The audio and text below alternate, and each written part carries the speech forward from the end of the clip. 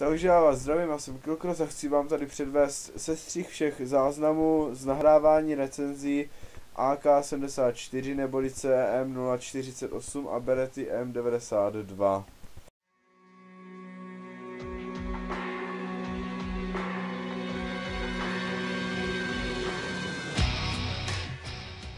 Ty jsi ještě bylo. A? Co to je? What the fuck? Co pak? Error. Zase klasa? Dobrý, už to vajčí. Už tam Menší technická chybička. Co se stane jako, myslíte? Kurva! No What the fuck? já si bude stop a Dělej, stopni to. pokračujeme za...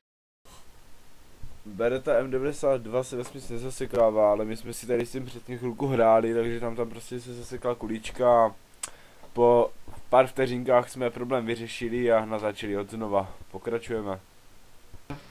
Lepší baterka samozřejmě a tohle je vyhovující, doporučuji vám.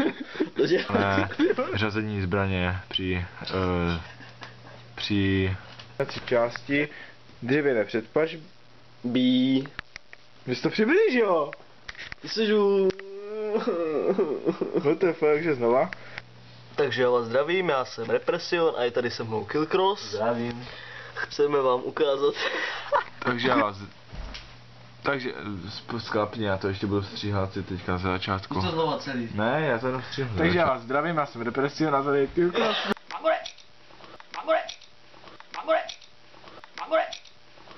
Takže tímto se s vámi loučím, já doufám, že se vám náš sestřih nepovedených záběrů z natáčení 2 videí líbil. Pokud se vám video opravdu líbilo, klikněte na like a pokud se vám líbil náš kanál, tak klikněte na odběr. Ahoj.